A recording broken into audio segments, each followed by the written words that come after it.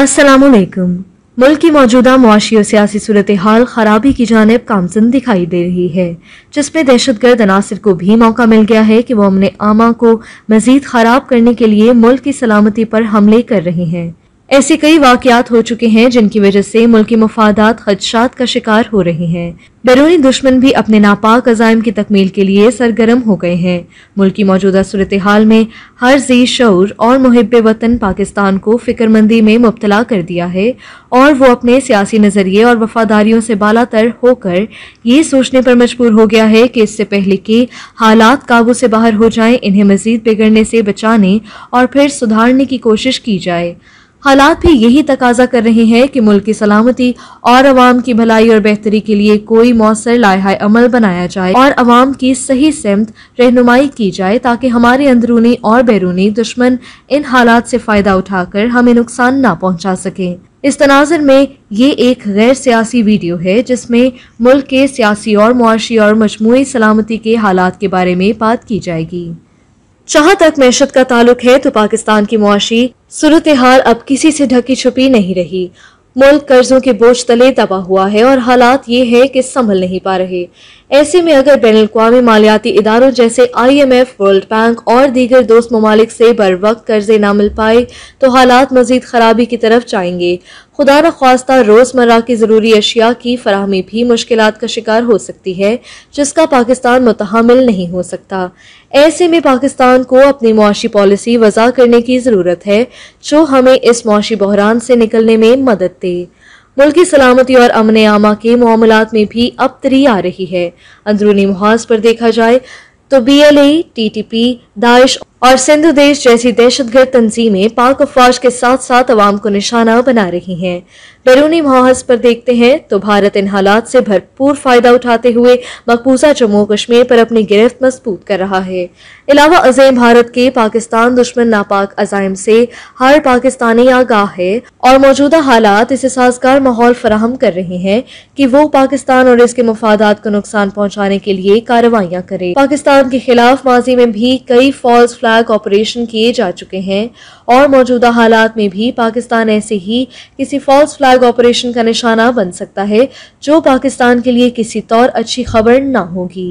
मुल्क के अंदरूनी सियासी बयानिए को देखा जाए कि ये अंदाजा लगाया जा सकता है कि किस तरीके से पाकिस्तान की खारिजा पॉलिसी के मामलात को अपने सियासी मुफादात के हसूल के लिए इस्तेमाल किया गया, जिससे पाकिस्तान की साख को बहुत नुकसान पहुंचा है।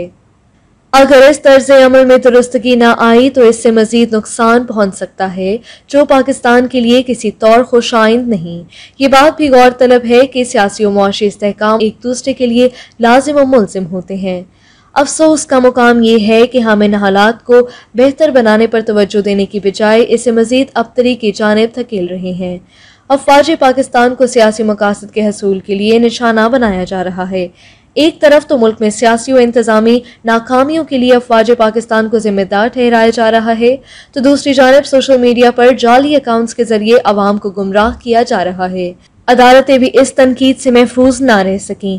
अदालतों से जब हक में फैसला आ जाए तो कबूल, और अगर फैसला आपके खिलाफ हो तो जजों और अदलिया के खिलाफ जहर उगला जा रहा है।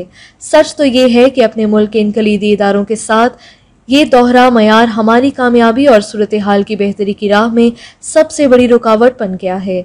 सवाल यहाँ ये पैदा होता है कि ऐसी सूरत हाल में क्या किया जाए। हमें खुद ये बावर करने और दूसरों को भी बावर कराने की ज़रूरत है कि जिस तरह चल रहा है ऐसा मज़ीद नहीं चलेगा। पाकिस्तान 5th जनरेशन वॉरफेयर का शिकार है, जिसका सबसे बड़ा हथियार मीडिया और आज के दौर में सोशल मीडिया है। इसलिए इस तरफ तवज्जो देने की ज़रूरत है।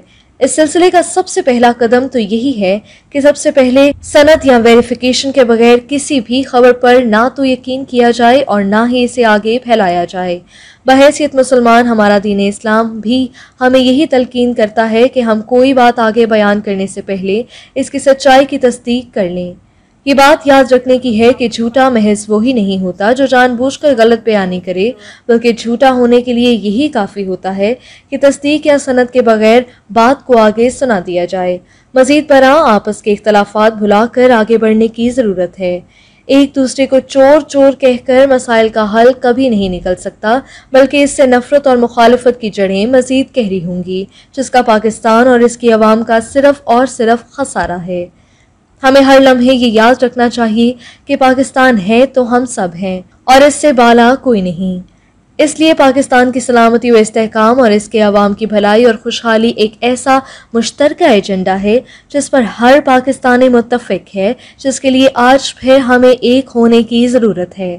عوام خود اور سیاستدان بھی یہ یاد رکھیں کہ سیاستدان ہمیشہ سیاسی ہوتا ہے اور وہ ہر چیز پر اپنی سیاست ہی کو فوقیت دیتا ہے، لیکن سیاستدانوں کو یہ نہیں بھولنا چاہیے کہ وہ عوام کو جواب دہ ہوتے ہیں۔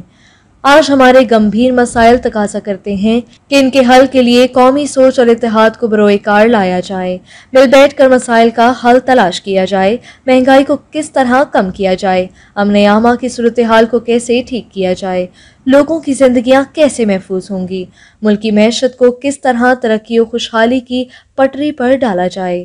اندرونی اور بیرونی دشمنوں کا مقابلہ کرنے اور ناکام بنانے کے لیے آپس کے اختلافات کو اس انچ پر نہ پہنچایا جائے جہاں سے واپسی مشکل ہو جائے۔ اداروں کا احترام برقرار رکھا جائے کہ یہی ادارے ہمیں تحفظ فراہم کرتے ہیں۔